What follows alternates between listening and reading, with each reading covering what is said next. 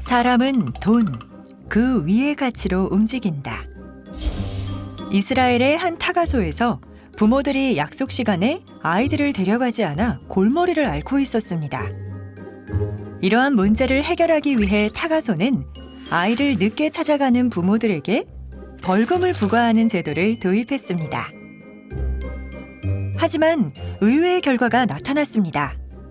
제 시간에 아이들을 찾아갈 것이라는 기대와 달리 아이들을 늦게 찾아가는 부모들이 오히려 더 늘었던 것입니다. 도대체 어떻게 된 일일까요? 전통적인 경제학 이론에 따르면 인간은 이기적이고 합리적이기 때문에 경제적 손실이 일어나는 행동을 하지 않습니다. 그런데 타가소에 아이들을 맡긴 부모들은 벌금 제도가 도입되자 오히려 늦게 찾아가는 일이 더 잦아졌습니다. 이것의 원인은 공정성과 관련이 있습니다. 벌금을 내기 전에는 부모들이 자신들 때문에 늦게 퇴근하는 타가소 직원들에게 미안함을 갖고 있었습니다. 즉, 자신들이 공정하지 못한 행동을 하고 있다고 생각했던 것이죠. 그래서 부모들은 조금 늦더라도 그동안 하던 일을 멈추고 타가소로 달려왔습니다. 하지만 벌금을 낸 후에는 자신들이 늦게 나타나는 것에 대한 비용을 지불한 셈이 되었으니 미안한 마음이 사라진 것입니다. 벌금이 아이들을 늦게 찾아가는 것에 대한 정당성을 부여한 것입니다. 그래서 부모들은 더 중요하다고 여기는 일을 다 보고 난 후에야 타가소에 나타나게 되었던 것입니다. 전통적인 경제학은 인간이 작은 돈에도 민감하게 반응하는 존재라고 말합니다.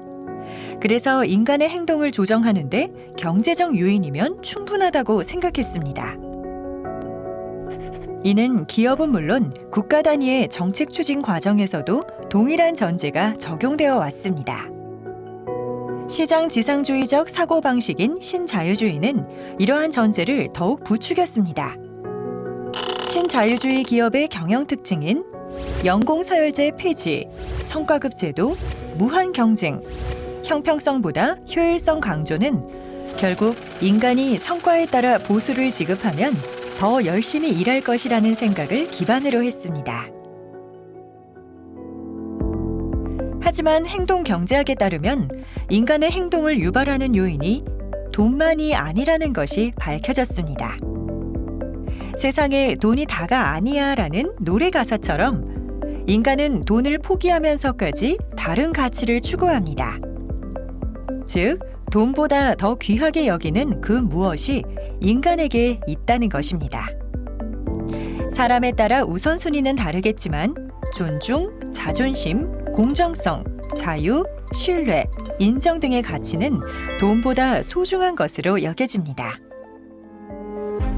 2010년 하버드 대학 정치철학 교수인 마이클 샌델의 정의란 무엇인가란 책이 한국에서 번역 출판되었습니다. 이 책은 당시 사회 분위기와 맞물리며 100만 부가 넘는 판매고를 올리며 베스트셀러에 등극했습니다.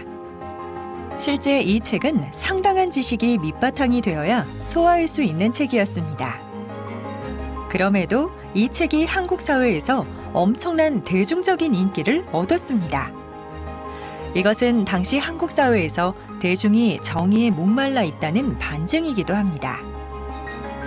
비슷한 시기에 등장한 88만 원 세대, 흑수저 등의 키워드 역시 당시 한국 사회가 공정하지 못한 게임에 대한 분노가 있었음을 이야기해 줍니다. 공정성에 관한 문제는 기업에서도 많이 찾아볼 수 있습니다. 원청업체의 하청업체에 대한 가격 후려치기, 백화점 입점업체에 대한 과도한 수수료, 영세 가입자들에게 오히려 높게 부과되는 카드 수수료 등이 이것의 한 단면입니다.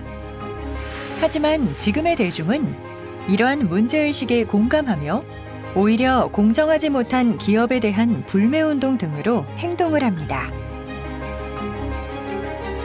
또한 글로벌 투자의 관점에서도 기업의 가치를 단순히 매출로만 보는 것이 아니라 환경추나 사회적 영향력, 지배구조 등 ESG 지표로 다양한 측면에서 평가하는 것이 트렌드가 되고 있습니다.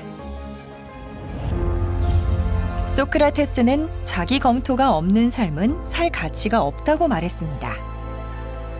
생각하는 사람은 자신이 초래하는 인간의 내적 모순을 견딜 수 없다는 뜻입니다. 즉, 아무리 돈이 좋아도 근본 양심의 거리낌이 있는 것은 선택하지 않는다는 의미이기도 합니다. 따라서 기업 역시 돈 이상의 그 무엇을 추구할 때에만 선택받을 수 있을 것입니다. 인간은 돈보다 더 귀중한 가치를 추구하기 때문입니다.